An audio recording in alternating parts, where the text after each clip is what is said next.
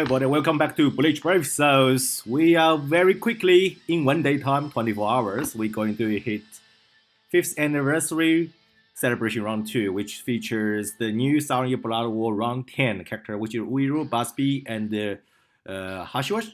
And I think his name is Yurai, something like that. Anyway, okay, so I think before the banner comes, people probably starting to have questions like, which banner should we summon? Should we keep summoning on the current Ichigo and the Byakuya banner, or we should go with the new Sound Blood War round 10 banner? So, as I mentioned in the past, when I give an opinion, I don't give a controversial opinion. I just give a very straight opinion, yes or no. Okay. So in short, yes, I think you should go with round 2. So if you want to know what's the reason, let me explain to you. Number 1, round 1 character, they all very good. Ichigo and the Byakuya, they're very good. They have new skills which is able to break the barrier, which is awesome. But those skills, they're not mandatory skills, right? Those skills, you can get away from them with wearing a headband, or you can just use a melee or range characters. So, which is not really something, it's good to have, which definitely bring the handy utility to you, but not a must have. That's number 1. And the number 2, which I don't consider them as a canon version of the character. They, in my opinion, they are fan fiction characters. So they're not designed by Kubo, and they just designed by K-Lab. So I don't consider them as a canon character. And number 3, they are premium pool characters. I'm not saying premium pool character is not good. They are very good. And I use them a lot, like in the current Extreme Co-op, you see that. But the fact is, you can pull those characters for the premium summon, or you can pull them for the BBS ticket, which actually, what I'm trying to say is, you always have a chance. Nowadays, farming BBS tickets is so easy, and you don't know, one day or the other, you find yourself is able to like pull one of the characters. I already see a couple of people, they post it online, they pull those characters for BBS tickets. So I should say congratulations. That's number 3. So the number 4, the reason being is I recommend round 2 is round 1, there are only 2 feature characters, right? Not to mention round 2 has a better filler pool, but we're not talking about that for now because it doesn't mean much. We go for the banner, right? But round 1 only get 2 banners. Number 2 got 3 banners. So you get a better chance of pulling a banner character compared with if you go with round 2 compared with going round 1. Don't look at other people, they so lucky they pull the character on their first multi or first single. And don't even play the BBS simulator online. They say, oh, I'm so lucky I can pull those characters so easy, then I go with my real count. So because all they care, all what matters is your orbs, the orbs you really spend on the banner, whether or not you can get those characters. I'll give you a realistic result, okay? After, I pulled the Byakuya, I'm so lucky. Now I know how lucky I am. Because after that, I created 3 outer count. And all of them go step from step 1 to beyond step 7. I think all of them go to step 10. I know there are no step 10, but what I'm saying is after step 7, I did the extra 3 multis. None of those counts get even a single banner character. No Ichigo, no Byakuya. That is the reality. Don't look at other people's pool. Don't play BBS Simulator. The reality is I create 3 count, and each count go to step 10, which means like I pulled 300 times without a single banner character. That is because there are only 2. There are only 2 banner characters. The chance is already low enough because there are so many fillers. But now, like with only 2 banner characters, the chance becomes even lower. And then I keep pulling the Retsu, and what's the other character I keep pulling? Oh, Yumichika. Yeah, these 2 characters have become very common. I don't know why, but I think every character has the equal opportunity to pull. But that's the number 4 reason I don't recommend to keep spending the rest of orbs on round 1. And the last things, which is the 5th point, which is especially for the Ichigo. K-Lab sometimes they want a some BBS achievement, they want to give Ichigo banner or potential banner. They all feature Ichigos. And that means that Ichigo has a more chance to be featured in different banners, in different filler banners. So that's why I don't recommend you to keep spending unless you have like a 20,000 orbs over there. So I don't care. But that's my recommendation. Okay, go back to round 2. So let me just very briefly talk about those characters.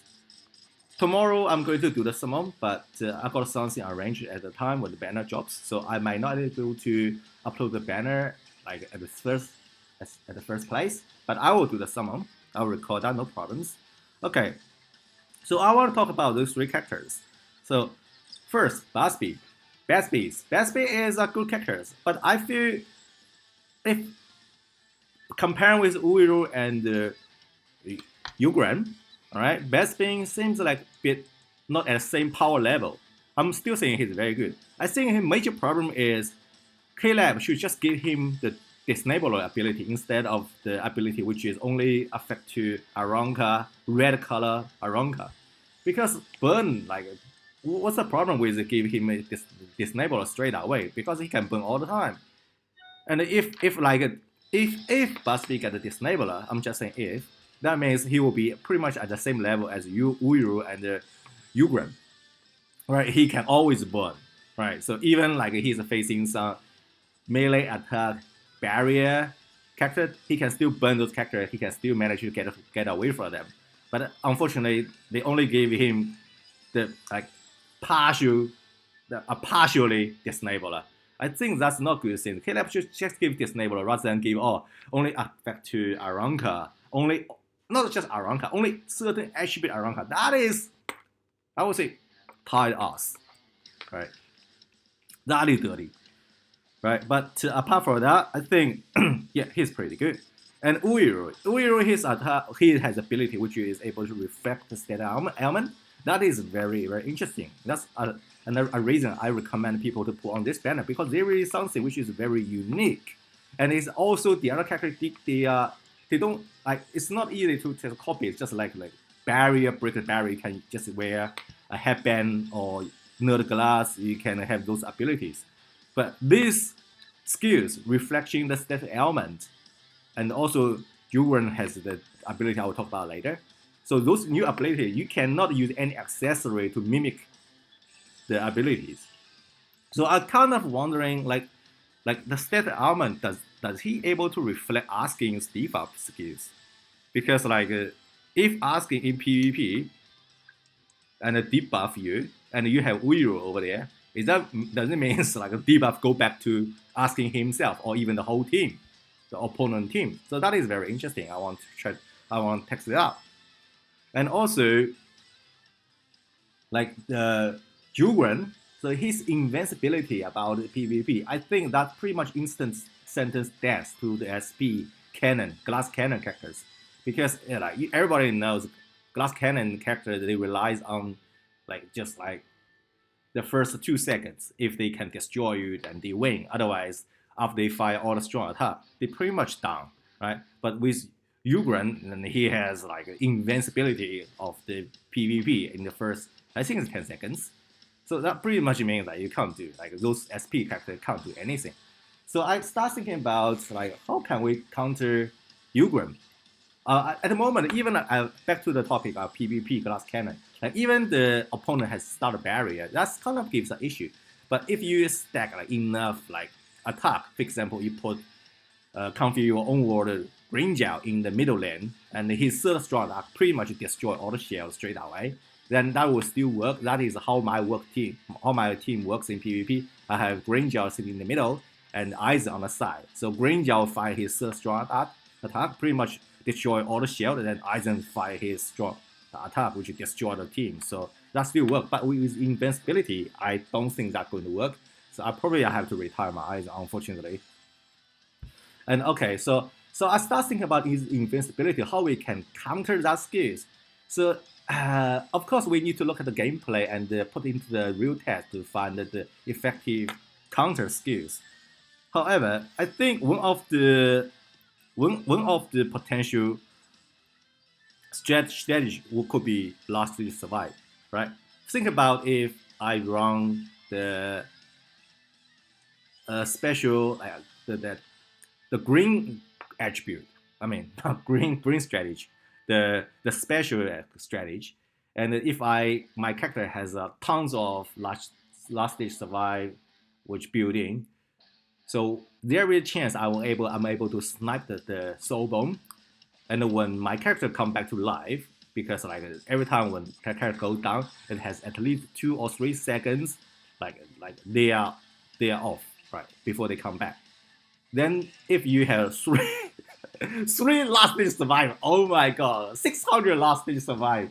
If you have that, and when you come back, then you find a soul bomb, you might able to one shot this Ugram because his invincibility ability is gone.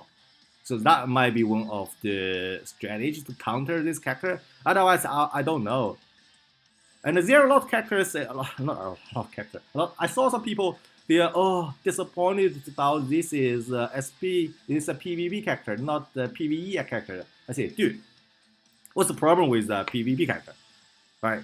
Are you going to complain, oh, Killab, they just made a PvE characters. Are you going to complain for Killab made a PvE character?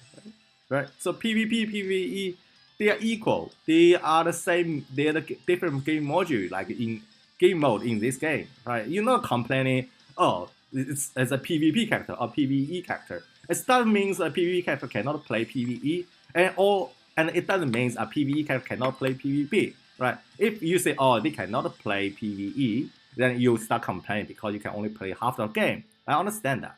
But this is not the case, right? Just like as I said earlier, so you're not going to complain, oh, Caleb made another PvE characters, right?